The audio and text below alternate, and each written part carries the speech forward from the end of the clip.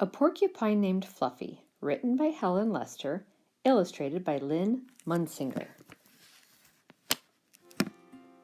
When Mr. and Mrs. Porcupine had their first child, they were delighted. Now he needed a name. Should they call him Spike? No, Spike was too common. Should they call him Lance? No, Lance sounded too fierce. Should they call him Needle Rooser? No, Needle Rooser was too long. Prickles? Pokey? Quillian? Then together they had an idea. Let's call him Fluffy. It's such a pretty name, Fluffy. But soon there came a time when Fluffy began to doubt he was Fluffy. He first became suspicious when he backed into a door and stuck fast. That was not a Fluffy thing to do. He was even more convinced when he accidentally slept on his back and poked holes in the mattress, a very unfluffy thing to do. When he tried to carry an umbrella, he knew the truth without a doubt. So he decided to become fluffier. Clouds are fluffy, he thought. I'll be a cloud. But he couldn't stay up. Uh-oh. I know. Pillows are fluffy, he said. I'll be a pillow. But when his mother sat on him, she was not pleased. He tried soaking in a bubble bath for 45 minutes, but he did not become fluffy. He became soggy. He tried whipped cream. He put a little on each quill. It was not easy, and it took more than half a day. But this did not make Fluffy fluffy. They should have named me Gooey, he sighed.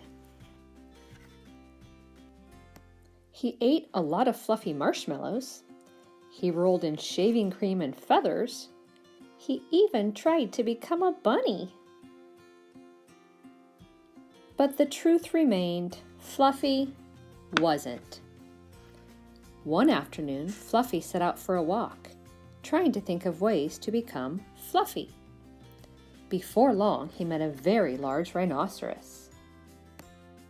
"Grrr," said the rhinoceros, "I'm going to give you a rough time." Fluffy didn't know what a rough time was, but he didn't like the sound of it at all. "What is your name, small prickly thing?" asked the rhinoceros unkindly. "Fluffy," said Fluffy. The rhinoceros smiled. He giggled. Then he laughed out loud. He rolled on the ground. He jiggled and slapped his knees. He roared with laughter. "A porcupine named Fluffy," howled the rhinoceros. Fluffy was embarrassed, but he tried to be polite. "And what is your name?" he inquired. "I can't say it," giggled the rhinoceros. "Hubert?" suggested Fluffy. "Oh, help! I just can't say it. I'm laughing so hard," said the rhinoceros. "Harold? Or maybe Herman?" asked Fluffy. "No," gasped the rhinoceros. "It's Hippo!"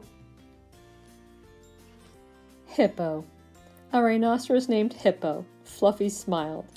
He giggled. Then he laughed out loud. He jiggled and slapped his knees. He howled with laughter. "A rhinoceros named Hippo!" Fluffy cried. A porcupine named Fluffy, a rhinoceros named Hippo. It was almost more than they could bear. Hippo and Fluffy rolled on the ground, giggling and laughing until tears came to their eyes. At last they lay exhausted on the ground. From that time on, they were the best of friends.